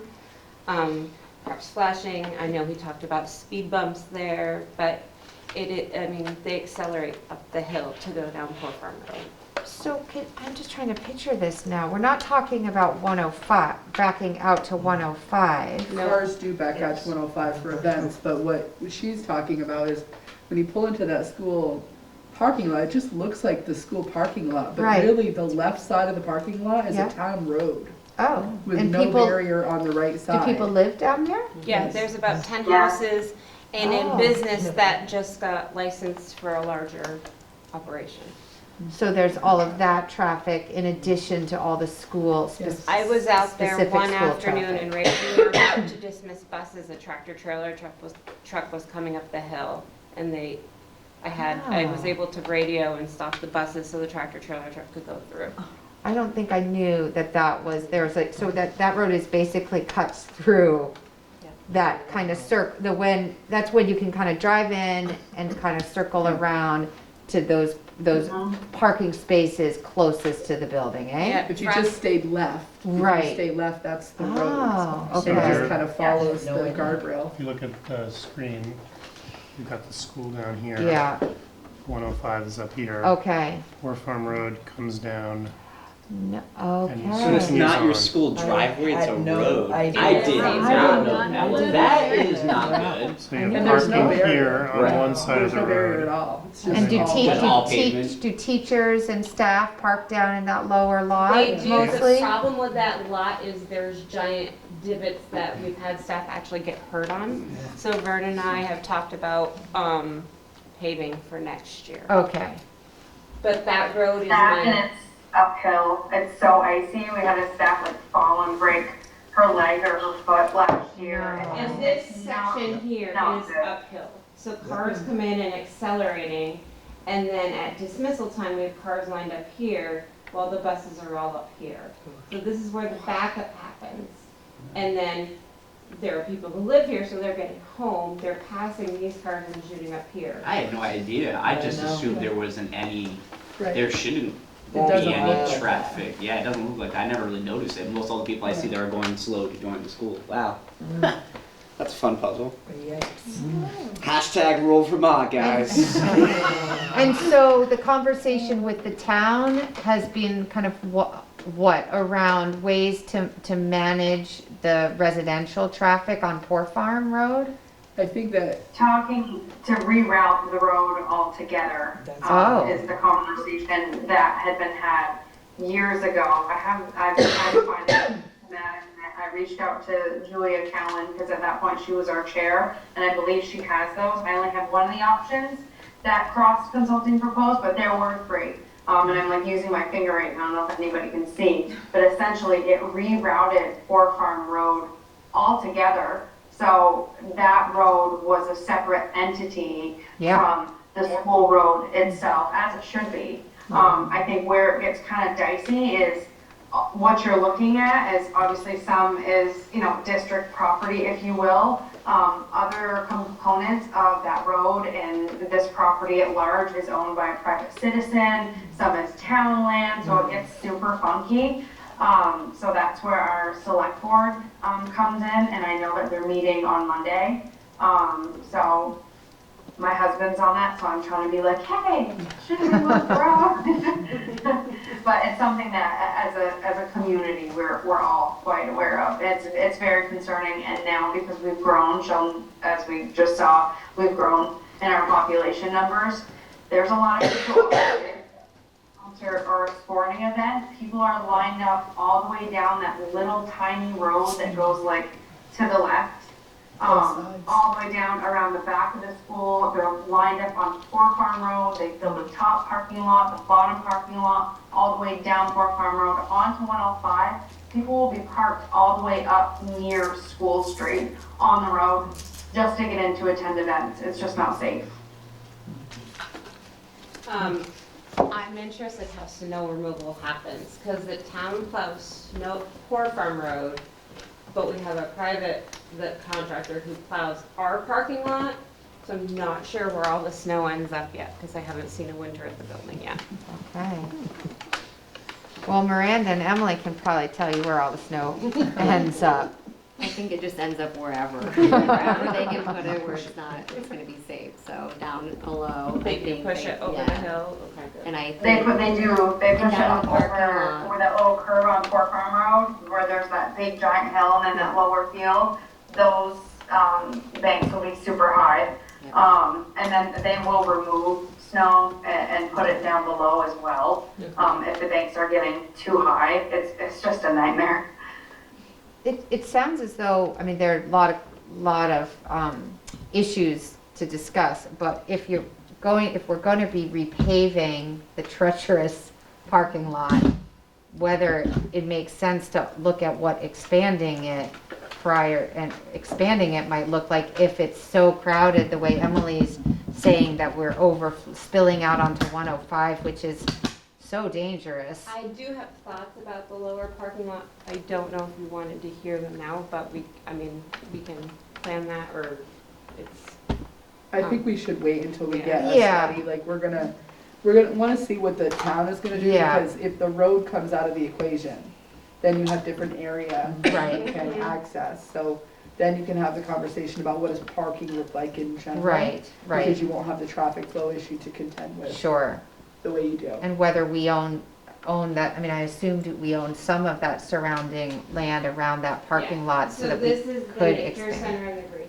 I'm not sure about this building, but this is the nature center of the greenhouse, so I know we at least have that. Okay. All right, well, to be continued. Yeah. Great, thanks, Jessica. All right, so moving on to board business. Anyone have a future agenda item that they know of now and would like to add? Plenty of time, obviously. Next meeting, November 2nd. Our SU board representative report.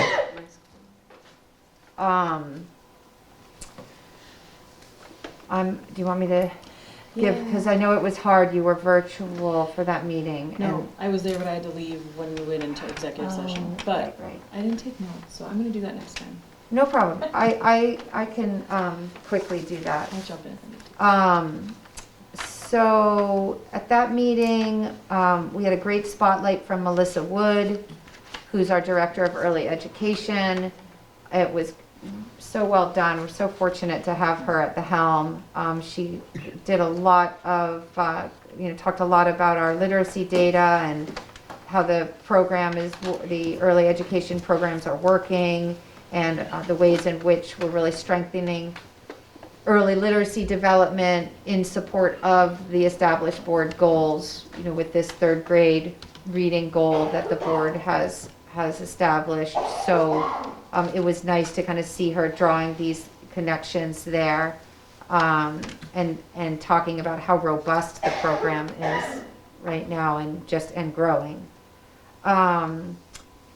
Morgan went over his budget development schedule, the transportation contract, which we've since learned we are going to have to bid out, so that does mean likely a more expensive transportation budget for this next budget cycle.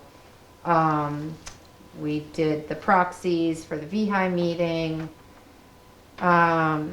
Lynn, in her report, focused a lot on teacher staff recruitment and retention, and a lot of the data around that, and some of the, these kind of ongoing conversations that we're having at the SU level and at the district level around our recruitment and retention and the many challenges that we're facing in those realms. Lynn talked a little bit about the truancy officers that have been appointed. We have gone back to doing a small highlight from each of the central office administrators. Which I'm not going to go through all 10 of them, but certainly if you wanted to hear that, this is all recorded and available on the YouTube channel. If you want to hear from what the individual central office updates are. And under board business, we talked about this VSBA anti-racism mini grant that Michelle Irish and I are working on. The submission is due by the 17th of October, so we're gonna wrap that up next week and send that off, and hopefully, I'm trying to find the, Lynn, do you remember, I'm trying to find where Michelle and I landed with the grant, but I seem to, as far as. I think it was to use for development of the strategic plan. If I remember right. I think it's more to do the community, I think we're focusing on doing community forums where we're gonna provide Bring a speaker in and then provide childcare and. Was it centered on strategic planning? No, that was one of the options, and I don't remember where you completely landed. Yeah, I'm trying to find it here in my, oh, hang on a Or second. portrait of a learner. Yeah, hang on a second, let me just see.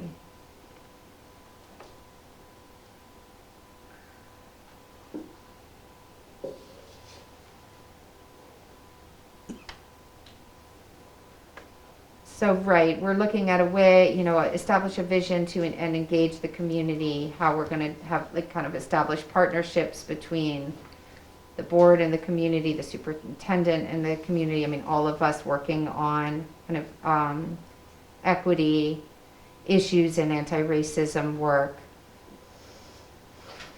So to be continued, certainly when we're done with the grant, I'd be happy to make it available. So, and people will be able to see the document as well as see kind of what we intend to do with the grant. I believe it's going to be $5,000 if we are awarded the grant. And other than that, anything else? Erin, can you think of anything else that I might have missed? The one thing that sticks out is the discussion around a space study with more specifically geared towards like Oh, right. our, help me with the language because I don't know how to use the right language.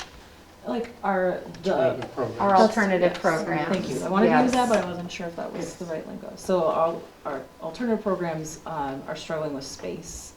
And then this idea of potentially looking at a spot for bringing in daycare for the district. And so, we advised the team to move forward with that, to start looking at, what do we need for space in order for these programs to continue to serve students who are on waiting lists, but also to be in places that are, the right fit for them, because there are some spots that just aren't the right fit for the students who are in these programs. So they're going to move forward with just looking at space right now. The other piece of the daycare thing I'll just add to that is part of the recruitment and retention strategic planning is thinking about if we could offer daycare for our employees within the system in an affordable way that was just school year based. Might that be a way to get people to want to stay here? And or not have as much absences, Yeah. which is what it is in 19 different ways. So Right. Lynn, the new SU space in Enosburg, part of that building is eventually slated to hopefully be some kind of a daycare. Is that something that the SU could take advantage of? That is no longer part of that project.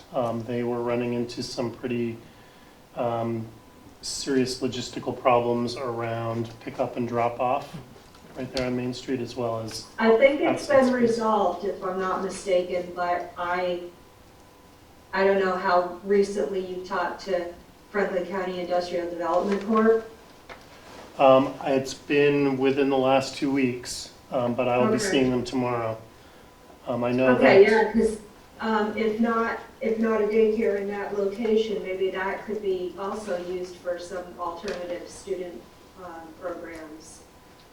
And the SU would rent it, right? We could certainly look at the third floor space. I think it's currently slated for, eventually for apartments. They're just working right now to get us in there. FCIDC is definitely still interested in the daycare conversation. And when I last talked to Tim, they were sort of beginning the process of brainstorming other locations in the region. Okay, great. As long as it's still on the drawing board somewhere in the district, it would help, especially if it's centrally located. It certainly would help with retention and recruitment efforts. Agreed. But it would be a shame for you all to be in that building and the rest of the building to be vacant and not be utilizing it if we could. Right. Yeah, it was a good, robust conversation around both of these pieces, around the childcare piece and where that kind of intersects with our retention and recruitment efforts, and then also this piece around our alternative programs and building our capacity to keep more of our kids in the SU. And it was especially resonant to hear that, you know, when kids can get their needs met within the community, it's easier to kind of then bridge back into their home school and have ways to kind of touch in, if only for an hour or a particular event. And it kind of, that I thought was really heartening to hear, like if we have a way to accomplish that, as opposed to when they're going much farther away, and that's not a possibility to come and sit with some of their peers for lunch because they're down in Johnson at Laraway, and that's just so, not that there aren't times when that is a good situation and the needed situation, but some of those placements don't even exist. The waiting lists are 2 years. 2 years. So the more that we build our capacity to do that, the better, for sure. So I think how we left that, correct me if I'm wrong, is that they're going to bring back kind of the numbers and some of the data, not to the next meeting, but I think to the December meeting. We're going to circle back and continue these conversations.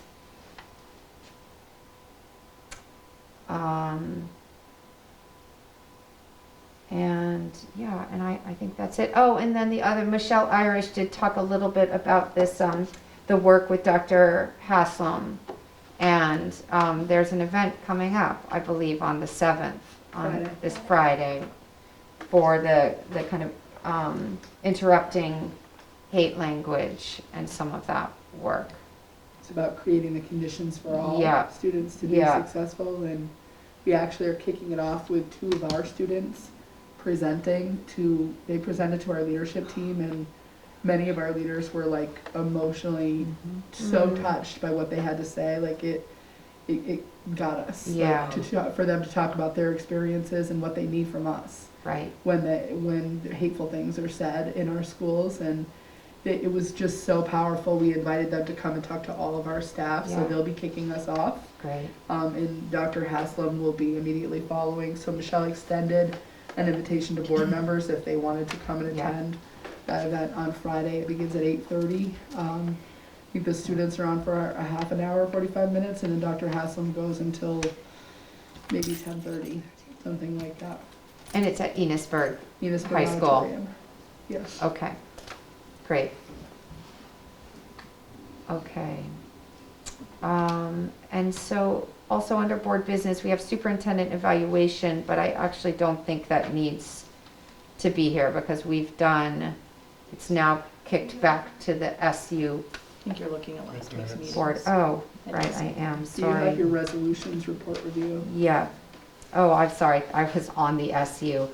That's right, this is part of my SU report. Lisa, and everyone else, we just went over the superintendent evaluation and where that has landed now that the district boards have completed it.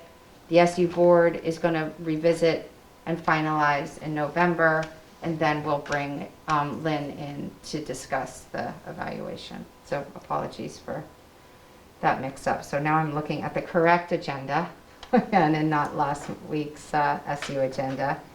The VSBA resolutions report review, Lynn. So if you click on that link, When Mary goes to the VSBA annual meeting, there are resolutions that will be presented from the floor. So there are 6 resolutions that were brought to committee. So we sent this out to you so that you could take a look and read this, and if the board wanted to have a conversation to give feedback to Mary about how you as a group feel about whether or not this should be something that you vote for or against from the resolutions committee. So I don't know how you want to, do you want to take this one at a time, Mary? Yeah, I mean, it certainly, I would like to not unilaterally decide how the board votes, so it would be helpful to, for folks to weigh in, unless people want me to unilaterally vote.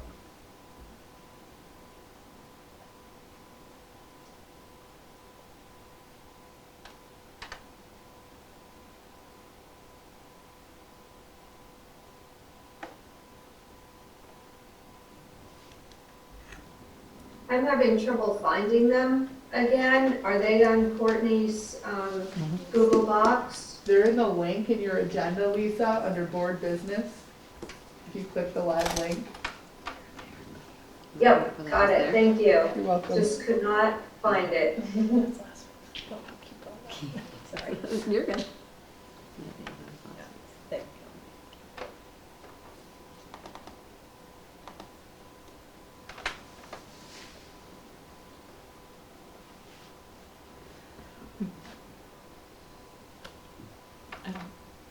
Oh, you know what? There's 6. It says the update on the bottom, page 3. MVSD withdrew this proposal and instead submitted a proposal on page 10. So if you look through each of these, like number 2 is another one from MVSD. They withdrew that one as well. Number 3, the VSBA board has met on all of these, and they have given you the recommendation at the bottom in gray. So the VSBA board recommends that you pass resolution number 3 from Burlington related to remediation funds for PCB and radon contamination in schools. I don't know if there's any discussion on that one for Mary.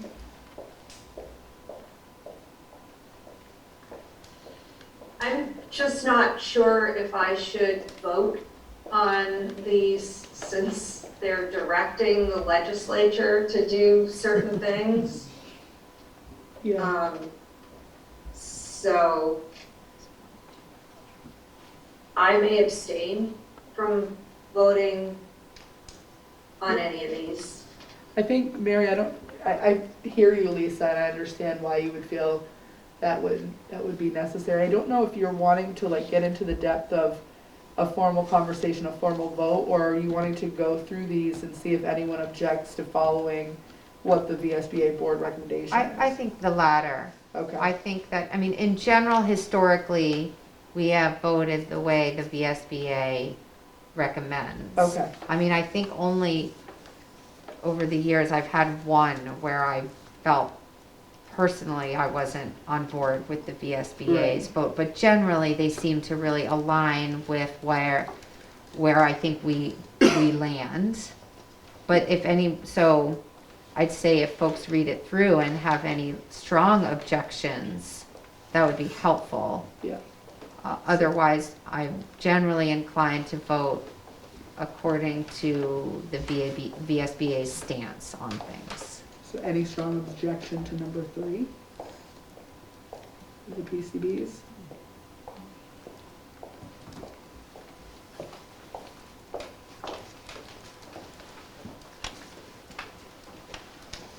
Can I make a mild, gentle suggestion that the principals be asked to, or invited to head home?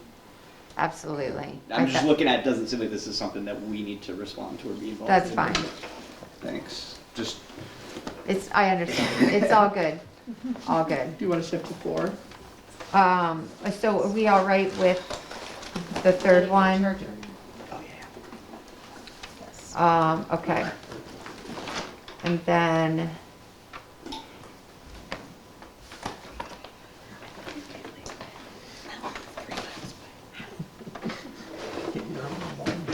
how do people feel about number 4?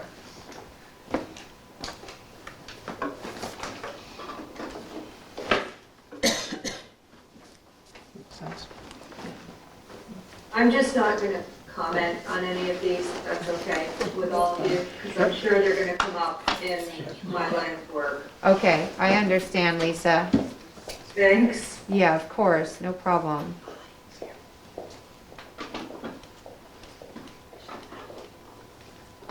This isn't something I would encourage you to tip your toe into trying to figure out why to oppose this one. Number 5? Yeah. Because this is directly tied to some recent legislation, or recent court decision, I believe.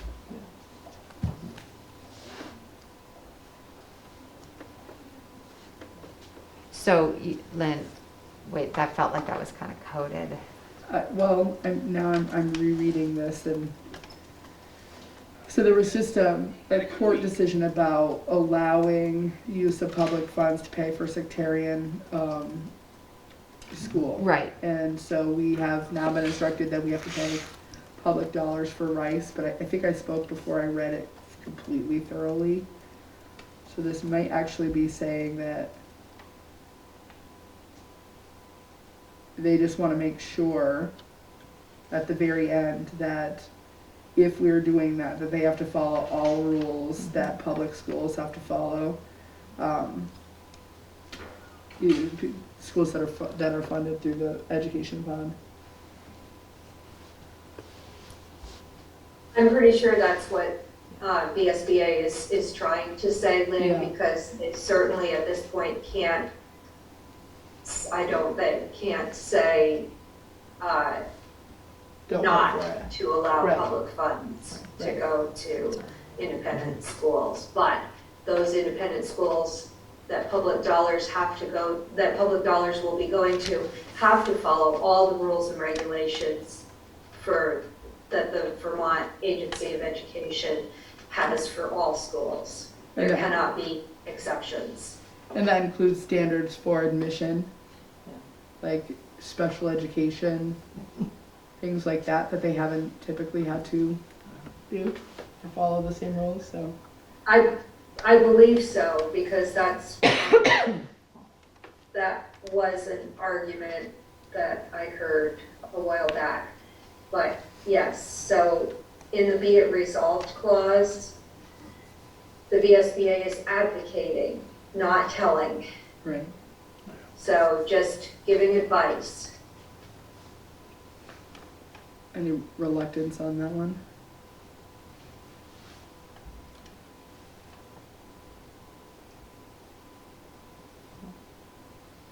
Do you want to move to number 5? Sure.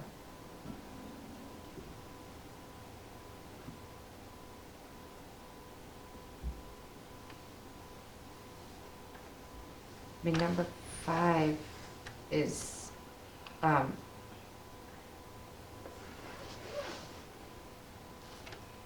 little vague, a little thin. This came out of the resolutions committee, it didn't come from outside Okay. of them. So I wonder if this is the regulatory piece, Morgan, in terms of the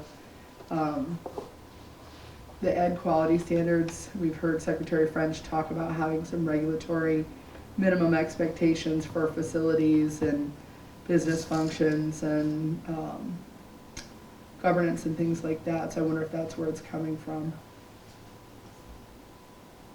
This looks very close to the survey that we were sent on all of the standards.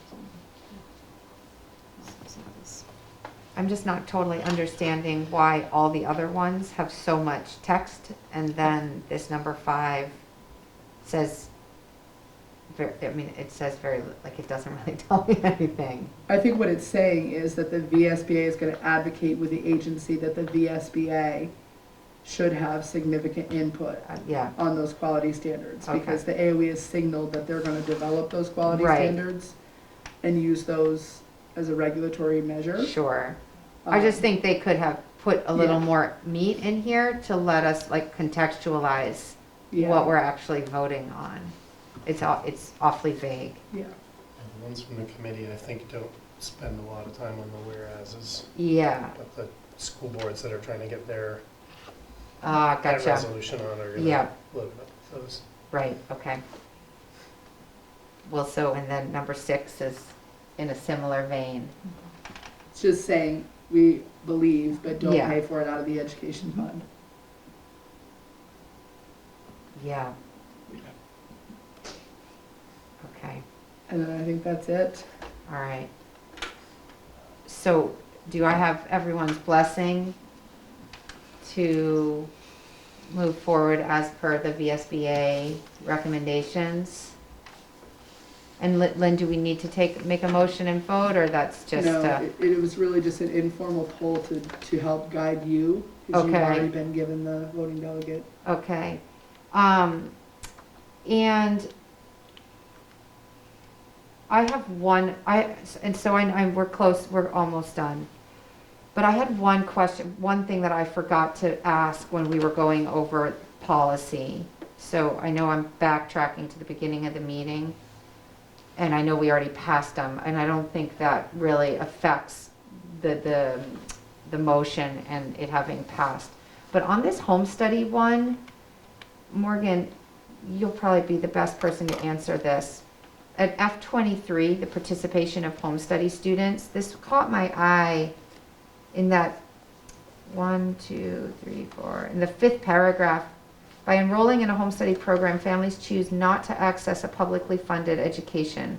There's no money available to pay for a home study program at either the state level or the local level. And that caught my eye just because in the past, we definitely have covered some of the curriculum that our home study families have purchased, because I can't remember if this was before NMV and this was just when we were single district, because I've signed warrants before where, New American Schools. yeah, Oak Meadow curriculum and a few other things. And I remembered, I just missed that I had made a little note to ask about that, and we went ahead and passed the policy, but that caught my eye because it's not actually true, because we have funded some of these purchasing home study curriculum. And those two examples are a little different, and to the best of my understanding, we had looked at the agency's list of approved schools, which Oak Meadow is on there, as justification to pay for that and count those kids. So kind of treat them as traditional tuition students. Okay, We were told 3-4 years ago that we were not allowed to do that anymore. oh, okay, There's a ruling that was kind of specific to that. okay, New American School actually is a degree awarding institution, so that's not, even though the study takes place at home and it's parent directed, yeah, the school is conferring a degree on that. And so we have, used the argument that we are paying tuition to the New American School, and those kids are graduating with a New American School degree. They have to And be so it's a little approved bit by different. the agency though. and that's In not that at case, the it's K the through, board. that's not at the K through 8 level, that's at the high school level. Correct. Okay, Yeah. and so then we will no longer help purchase curriculum from Oak Meadow or one of those other, You are not allowed gotcha, to Okay. fund Oak Meadow. And All again, right. that was only for high school students in the past. okay. All right, I just wanted to clarify that. So then, anyone else have any final thoughts? Anything to discuss? Okay, so I'll make a motion to adjourn. It's 9:04. All in favor, say aye. Good night, everyone. Bye. Take care.